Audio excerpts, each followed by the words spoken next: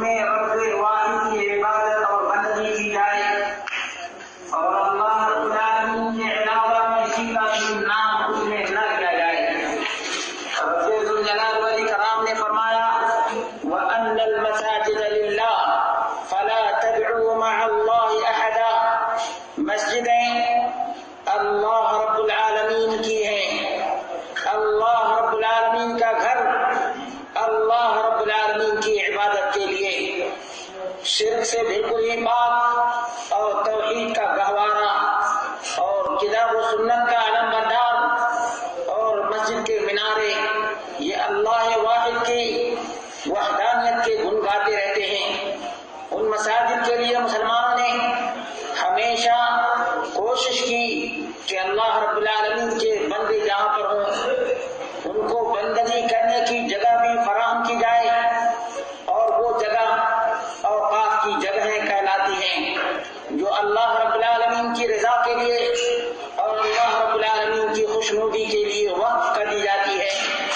اور وقف کا مطلب ہوتا ہے اللہ رب العالمین کے راستے میں یہ صرف ہو، اس کے علاوہ کسی اور کام کے لیے اسے صرف نہ کیا جائے۔ یہاں تک کہ رسول اکرم صلی اللہ علیہ وسلم نے عمر بن خطاب رضی اللہ تعالی عنہ سے فرمایا کہ یہ زمین یا اوقاف کی چیزیں لا یوہب، یہ ہبہ بھی نہیں کی جا سکتی ہے، ولا یباع، اور نہ بیچی جا سکتی ہے، ولا یورث، اور نہ وراثت میں یہ زمین تقسیم کی جا سکتی ہے۔ معلوم یہ ہوا کہ روئے زمین پر جہاں کہیں بھی کسی بھی مسلمان نے اللہ رب العالمین کی رضا کے لیے، اللہ رب العالمین کی خوشنودی کے لیے زمین، جائیداد، پراپرٹی وقف کر دیا ہے، اس زمین کو نہ بیچ سکتے ہیں، نہ بدل سکتے ہیں، اور نہ ہبا کر سکتے ہیں، اور نہ اس کو وراثت میں تقسیم کر سکتے ہیں۔ یہ بخاری اور مسلم کی روایت ہے اور دیگر کتب احادیث کے اندر اس روایت کا ذکر ہے۔ معلوم یہ ہوا کہ جہاں کہیں بھی اللہ رب العالمین کی مسجد ایک بار بن گئی، اس مسجد کو چینج نہیں کر سکتے، اس مسجد کو تبدیل نہیں کر سکتے، یہاں تک کہ اگر کوئی جائز مقصد کے لیے بھی اس زمین کو بیچنا چاہے تو بیچنا محمد رسول اللہ صلی اللہ علیہ وسلم نے حرام قرار دیا ہے۔ اس زمین کو بیچنا حرام ہے، اس زمین کو دینا بھی حرام ہے، یہ محمد رسول اللہ صلی اللہ علیہ وسلم کا فرمان ہے۔ اسی طرح سے اگر کسی کے باپ، دادا، آبا و اجداد میں سے کسی نے اس کو اللہ رب العالمین کے لیے وقف کیا ہے، بعد میں پوتا، بڑ پوتا، لکڑ پوتا آ جائے اور کہے کہ یہ ہمارے باپ، دادا یا ہمارے آبا و اجداد نے وقف کیا تھا، اب ہم اسے واپس لیتے ہیں اور آپس میں تقسیم کرتے ہیں، محمد رسول اللہ صلی اللہ علیہ وسلم نے فرمایا کہ یہ زمین وراثت میں تقسیم بھی نہیں ہو سکتی ہے۔ عزیز دوستوں اور ساتھیوں، تمام علماء کا اتفاق ہے، تمام ائمہ کا اتفاق ہے کہ جو چیز اللہ رب العالمین کے راستے میں ایک بار وقف کر دی گئی، وہ زمین کسی کو دی نہیں جا سکتی ہے، کسی کو دی نہیں جا سکتی ہے، کسی کو ہبا نہیں کی جا سکتی ہے، اسی طرح سے استبدال، اس کو چینج بھی نہیں کر سکتے ہیں۔ یہ شریعت کا وہ متفقہ فیصلہ ہے جس پر تمام ائمہ کا اتفاق ہے، تمام علماء کا اس پر ایگری ہے اور تمام مشائخ کا اس پر اجماع ہے۔ اس لیے عزیز دوستوں اور ساتھیوں، جو کوئی بھی اس اجماع کے خلاف، اس اتفاقی مسئلہ کے خلاف کوئی بات کرتا ہے تو اس کی بات قابل قبول نہیں، بلکہ اس کی بات اسی کے منہ پر دے ماری جائے گی۔ چنانچہ ہمارے ملک کا ایک بہت پرانا مسئلہ ہے، یہ مسئلہ ایسا ہے کہ اس کی وجہ سے بہت سی قربانیاں دی گئی ہیں اور بہت بڑے بڑے مسائل اس کی وجہ سے رونما ہوئے ہیں، لیکن مسلمانوں کا صبر اور مسلمانوں کی عزیمت اور اللہ رب العالمین کی تعریف کہ اب تک جتنے بھی فیصلے کیے گئے ہیں دیکھا جائے تو مسلمانوں کا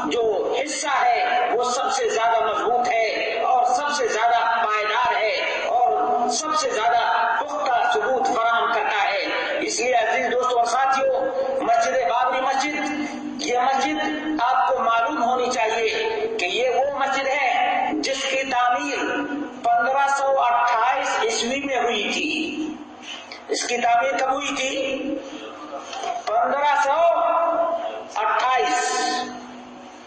1528 میں ظہیر الدین بابر نے اپنے ایک سپہ سالار کو حکم دیا تھا کہ یہ مسجد بنائی جائے۔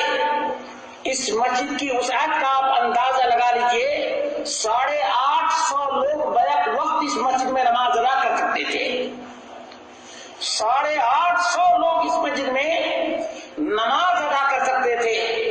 1528 سے لے کر کے 1628 کا مسئلہ آیا، اور 1628 سے لے کر 1728 تک کوئی معاملہ نہیں۔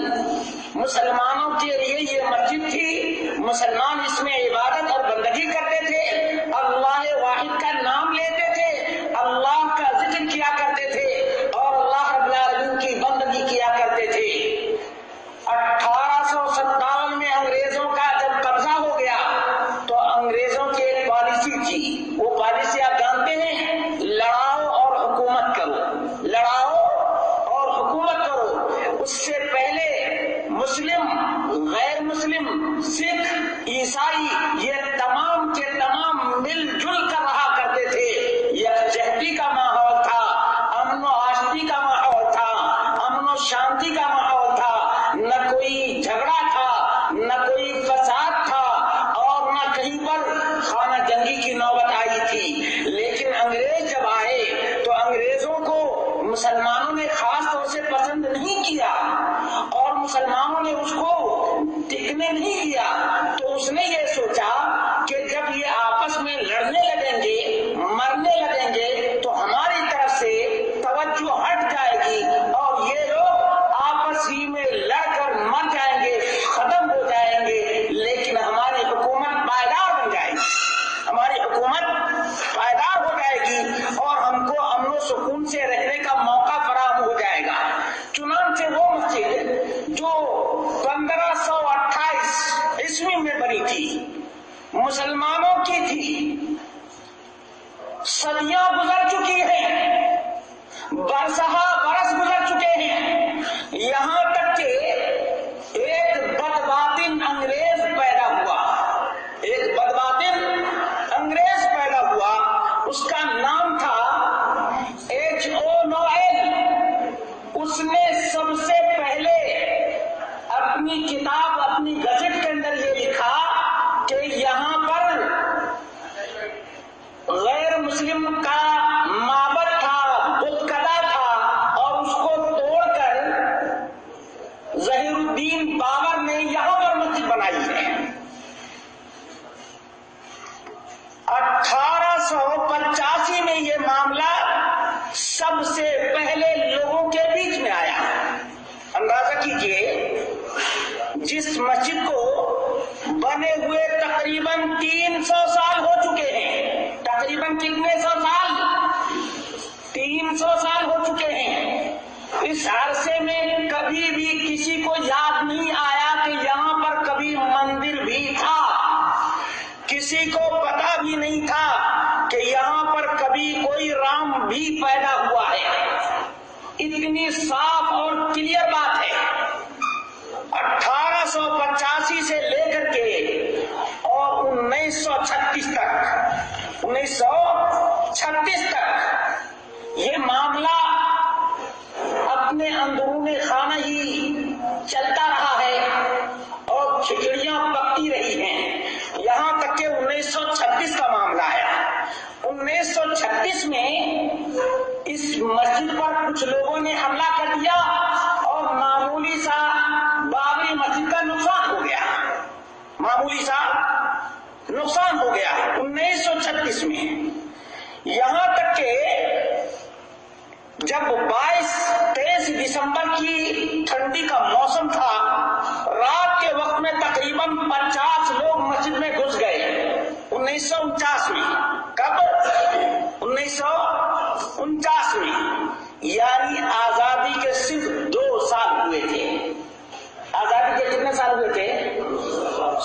سال ہوئے تھے، اور 2 سال کے بعد جن لوگوں نے انگریزوں کی طرفداری کی تھی، جن لوگوں نے انگریزوں کا ایجنٹ ہونے کا کام کیا تھا، ان لوگوں نے سوچا کہ اپنا جرم چھپانے کا طریقہ کیا ہے۔ اس کا طریقہ یہ تھا کہ ہندوؤں کا نام لیا جائے اور کہا جائے کہ ہم ہندوؤں کے ٹھیکیدار ہیں اور ہندوؤں کے ہم علم بردار ہیں اور ہندوؤں کے کاج کے لیے ہم کام کر رہے ہیں، اس لیے مسلمانوں کی مسجدوں پر قبضہ کیا جائے۔ چنانچہ 1949 میں 22-23 دسمبر کی درمیانی سرد رات میں کچھ لوگ، کہا جاتا ہے کہ 50 لوگ اچانک داخل ہو گئے اور اس میں مورتی رکھ دی۔ 1949 سے لے کر کے اور 1992 تک، 6 دسمبر 1992 تک مسلمانوں نے اپنی پوری طاقت، پوری قوت اور مال و زر ہر اعتبار سے اس ایشو کے لیے، بابری مسجد کی بازیابی کے لیے کوشش کرنی شروع کر دی، اور اب تک کے جتنے ریکارڈ ہیں جو عدالتوں میں موجود ہیں، جو وکلا کے پاس ہیں، جو بیرسٹروں کے پاس ہیں اور جو محامیوں کے پاس ہیں، وہ اس بات کے بین ثبوت ہیں کہ یہ زمین مسلمانوں کی ہے۔ کس کی یہ زمین ہے؟ مسلمانوں کی زمین ہے۔ مسلمانوں کے پاس، اس کے پاس پورے ریکارڈ موجود ہیں، اور 1528 سے لے کر 1949 تک اس میں مسلمانوں نے نمازیں ادا کی ہے، باقاعدہ مسلمانوں نے باقاعدہ نمازیں ادا کی ہیں۔ ان تمام ائمہ کے نام ہیں جن اماموں نے اس مسجد کے اندر امامت کی ہے۔ اتنا بڑا قضیہ ہے مسلمانوں کا، اور جو لوگ آج اس کو چھوڑنے کی بات کرتے ہیں، اصل دیکھا جائے تو یہ مسلمانوں کے زخم پر نمک پاشی کا کام کر رہے ہیں، نمک چھڑکنے کا کام کر رہے ہیں۔ جس کاز کے لیے، جس کام کے لیے اتنی بڑی قربانی دی گئی، 1992 کا جو واقعہ ہے وہ دل دہلا دینے والا ہے۔ وہ بتاتے خود صرف ایک واقعہ، جبکہ اس سے پہلے بھی بہت سے واقعات ہو چکے ہیں اور بہت سے فسادات اسی وجہ سے ہو چکے ہیں۔ ان تمام قربانیوں کا کیا ہوگا اور ان تمام وکلا کی کوششوں کا کیا ہوگا جو لوگ اپنے تن من دھن سب سے قربانی دے رہے ہیں اور دیتے آ رہے ہیں۔ جب عین وقت آیا ہے، آخری وقت آیا ہے کہ سپریم کورٹ فیصلہ کرے، بہت سے لوگ کہتے ہیں مصالحت سے یہ معاملہ حل ہونے والا ہوتا تو کب کا حل ہو گیا ہوتا۔ اگر مصالحت سے یہ قضیہ حل ہونے والا ہوتا تو کب کا حل ہو گیا ہوتا، لیکن مصالحت سے ہونے والا نہیں۔ کیوں کہ بات اس سے کی جاتی ہے جو سمجھداری رکھتا ہو۔ بات اس سے ڈائلاگ کرنے کا طریقہ یہ ہے کہ دونوں طرف سمجھدار لوگ ہوں۔ ایک طرف اگرواد لوگ ہیں، انتہا پسند لوگ ہیں، ٹیررسٹ لوگ ہیں، وہ بات سننے کے لیے تیار نہیں، دلیل ماننے کے لیے تیار نہیں، وہ ہم اور ہم کی رٹی لگاتے ہیں۔ ان سے کون سی بات کی جا سکتی ہے؟ آخر بات کی جا سکتی ہے؟ اگر بات ہوتی تو ہندوستان میں قانون موجود ہے یا نہیں ہے، اور قانون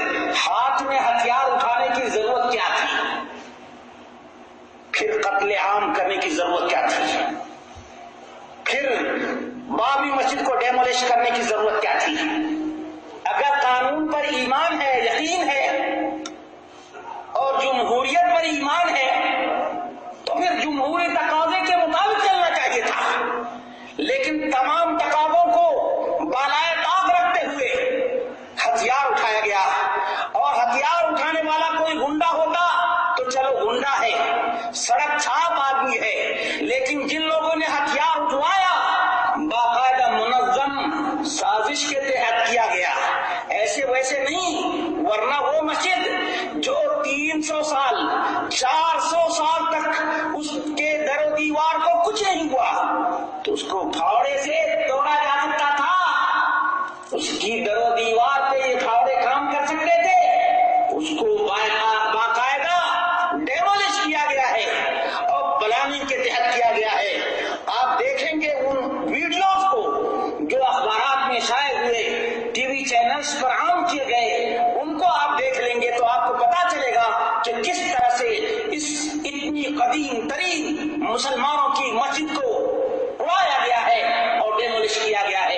عزیز دوستو ساتھیو, آج جو باتیں کچھ لوگ کر رہے ہیں میں نام نہیں لینا چاہتا, لیکن جو لوگ ان تمام کوششوں کو ناکام کرنے کی کوشش کر رہے ہیں انہیں سمجھنا چاہیے کہ آخر وہ کس کے حوالے کرنا چاہتے ہیں.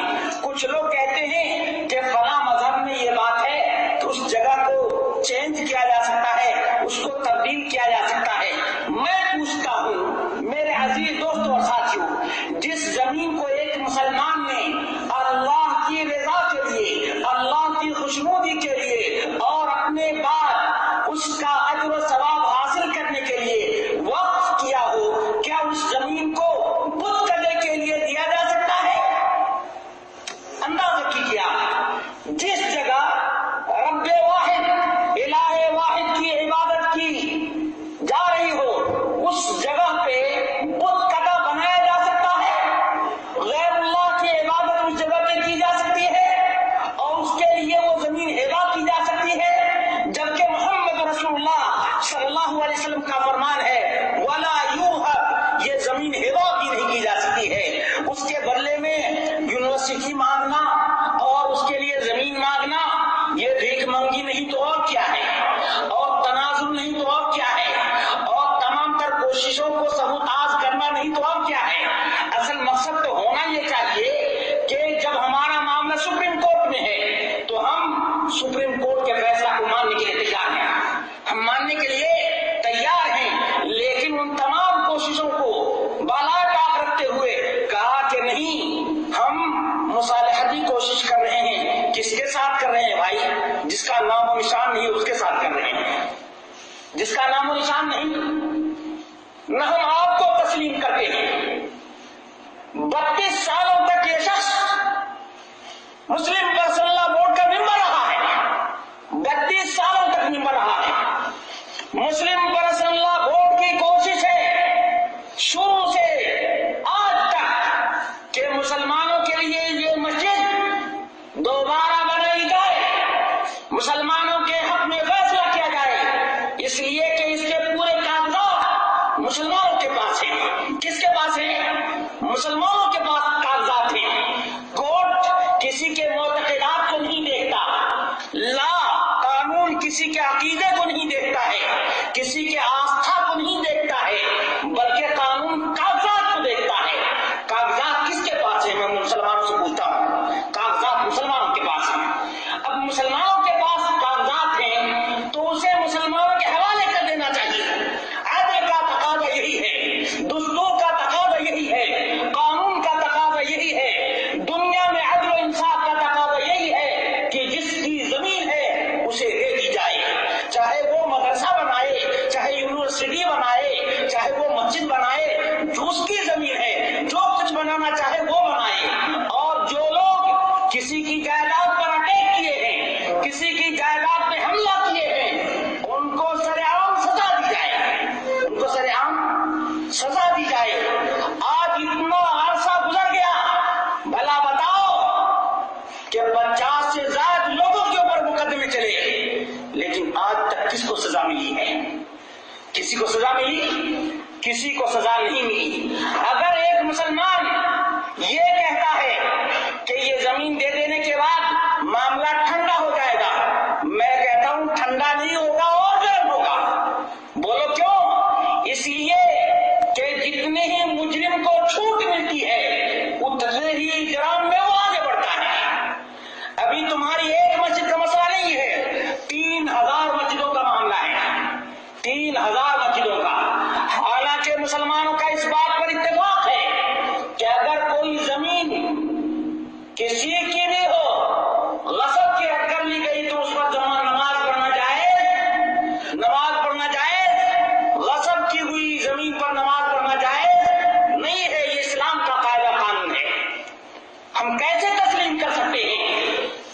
الدین بابر نے کسی کی زمین پر قبضہ کیا اور اس زمین پر مسلمانوں کے لیے مسجد بنایا؟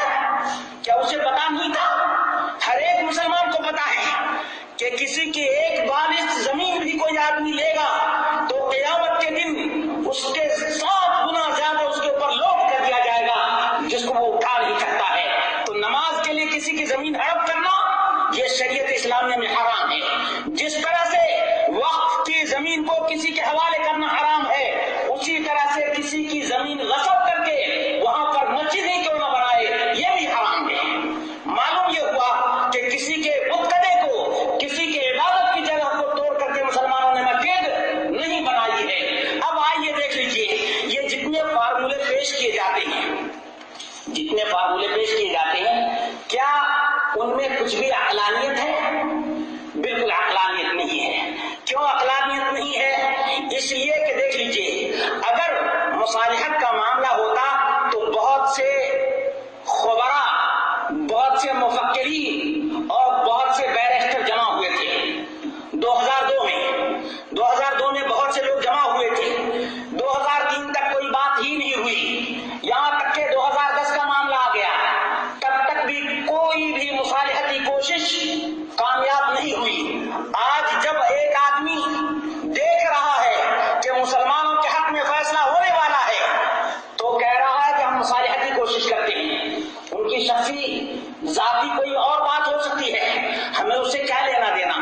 جو آدمی ہمارا فریق ثانی نہیں ہے، مثال کے طور پر روی شنکر کی بات ہے، وہ کسی بھی مدعے میں نہیں ہے، کسی بھی قضیے میں نہیں ہے، کسی بھی موقع پر نہیں ہے، نہ کوئی اسے تسلیم کرتا ہے.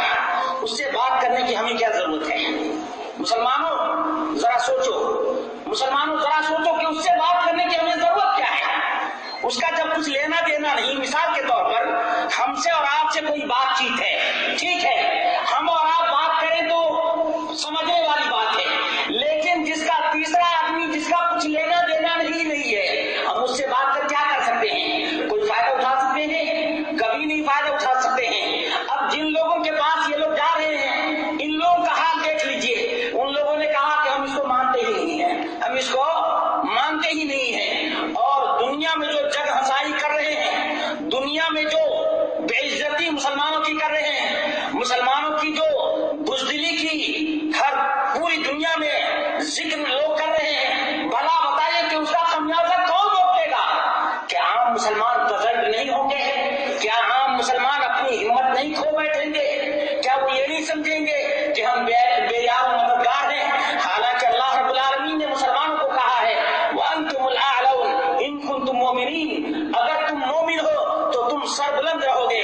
اب سربلندی ہمارے ہاتھ ہونی چاہیے، اس لیے کہ اللہ رب العالمین کے فضل و کرم سے ایک تو یہ ہے کہ ہم الہ واحد کے ماننے والے ہیں، دوسرے یہ ہے کہ ہمارے پاس ثبوت موجود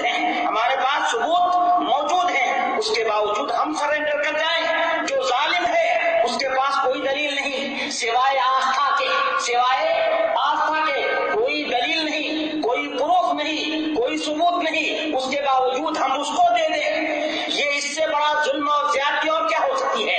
اس سے بڑا انیائے اور کیا ہو سکتا ہے؟ اور اس سے بڑا پاپ اور کیا ہو سکتا ہے؟ اس لیے عزیز دوستوں اور ساتھیوں، سوچو اور غور کرو کہ جن لوگوں کو ہم اپنا رہنما اور اپنا لیڈر تسلیم کرتے ہیں کیا انہیں لیڈرشپ کرنے کا سلیقہ بھی معلوم ہے؟ یقین جانو ہم بہت جنہیں ہم اپنا رہبر سمجھتے تھے وہی قاتل نکلا. ہم تھوڑے دور تک کسی اور کے ساتھ چلتے ہیں، پھر کسی اور کے ساتھ چلتے ہیں، یہ ہمارا مسئلہ چلا رہا ہے. عزیز دوستوں اور ساتھیوں، اللہ رب العالمین سے ہمیں لو لگانا چاہیے اور اللہ رب العالمین سے ہمیں اپنے پچھلے کرتوت پر معافی مانگنی چاہیے اور آئندہ کے لیے لائق عمل تیار کرنا چاہیے کہ اللہ رب العالمین ایسی غلطی ہم دوبارہ نہ کریں. جو لوگ ہمارے درمیان ہمارے آستین بنے ہوئے ہیں، ہمارے کاز اور ہمارے کام کے لیے جن کو ہم نے چنا ہے، وہ ہمارے کام کے بجائے ہمارے مخالف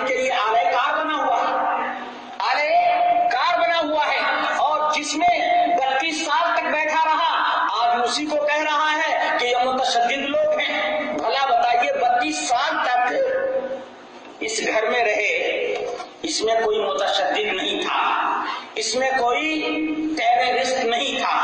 آج جب آپ کو گھسیٹ کر کے نکال دیا گیا تو یہی لوگ جو آپ کو پناہ دیے ہوئے تھے یہی متشدد ہو گئے، یہی اگرواد ہو گئے اور یہی انتہا پسند ہو گئے. یہ سب سے بڑا المیہ ہے، یہ سب سے بڑا المیہ ہے. اس لیے اللہ رب العالمین سے ایسے منافقوں کے حق میں دعائے ہدایت کرنی چاہیے. کیا کرنی چاہیے؟ دعائے ہدایت کرنی چاہیے. اور یہ مسئلہ جو مسلمانوں کے لیے ناک کا مسئلہ بنا ہوا ہے، ایک تو شرعی نقطۂ نظر سے میں نے بتا دیا کہ شرعی نقطۂ نظر سے اللہ کے رسول صلی اللہ علیہ وسلم نے فرمایا کہ یہ حرام ہے کہ وقت کی زمین، وقت کی جائیداد کسی اور کے حوالے کی جائے یا کسی کو وراثت میں دی جائے یا اس کو فروخت کر دیا جائے. یہ کسی بھی صورت میں جائز اور درست نہیں ہے، جائز اور درست نہیں ہے. اور ایسے بھی دنیاوی اعتبار سے بھی دیکھا جائے، شرعی نقطۂ نظر آپ کے سامنے ہے، اور اگر دنیاوی اعتبار سے دیکھا جائے تو بھی یہ مسئلہ مسلمانوں کے حق میں ہونا چاہیے کیونکہ ان کے پاس دلائل اور ثبوت اور ان کے پاس پروف ہے، اور اسی طرح سے اس کے اثرات جو مرتب ہوں گے. اب اندازہ کیجئے کہ ہر ایک کے سامنے یہ پیش کر دیا جائے سپریم کورٹ سب سے سپر ہے. سپریم کورٹ کیا ہے؟ سب سے سپر ہے. سپریم کورٹ کے خلاف کوئی بھی جائے گا تو ہندوستان کے دستور کے خلاف ہو جائے گا، اور اس کے اوپر کورٹ کے اور سپریم کورٹ کے مان ہانی کا کیس درج کر دیا جائے گا. سب کی زبانیں بند ہو جائیں گی یا نہیں بند ہو جائیں گی؟ یقیناً. لیکن یہ کرنے کے لیے تیار نہیں، بلکہ ڈرایا جاتا ہے، دھمکایا جاتا ہے کہ اگر مسلمانوں کے حق میں بابری مسجد کا فیصلہ ہو گیا اور مسلمانوں نے مسجد وہاں تعمیر کر لی تو اس کا نتیجہ یہ ہوگا کہ جگہ جگہ فسادات ہوں گے، جگہ جگہ فسادات ہوں گے. کہتے تھے آج سے چند سال پہلے کی بات ہے، کہتے کہ چور کو چوکیدار بنا دو تو چوری ختم ہو جائے گی. کہتے تھے یا نہیں کہتے تھے؟ چوکیدار بنا دیا، کون سا ختم ہوا؟ ختم ہوا؟ کبھی نہیں ختم ہوگا، بلکہ اس میں اضافہ ہوتا جا رہا ہے. کبھی گائے کے نام پر تو کبھی موب لنچنگ، یہی سب تو ہو رہا ہے. کہا جا رہا تھا نا کہ ان کے ہاتھ میں حکومت آ جائے گی تو معاملہ شانت ہو جائے گا. شانت ہوا. اسی طرح سے یہ جو مسئلہ ہے اس میں بھی اگر اس قسم کی کوشش کی گئی تو یہ نامراد اور ناکام کوشش ہوگی. عزیز دوستوں اور ساتھیوں، اللہ رب العالمین سے ہم دعا کرتے ہیں کہ اللہ رب العالمین ہم سب کو شعور عطا فرمائے، اللہ رب العالمین مسلمانوں کو عزت عطا فرمائے، اور اللہ رب العالمین مسلمانوں کو جینے کا سلیقہ عطا فرمائے. اللہ رب العالمین مسلمانوں کو نبی اکرم احمد مصطفیٰ محمد مصطفیٰ صلی اللہ علیہ وسلم کے راستے پر چلنے کی توفیق عطا فرمائے. اقول قولی هذا واستغفر الله لي ولكم ولسائر المسلمين والحمد لله رب العالمين.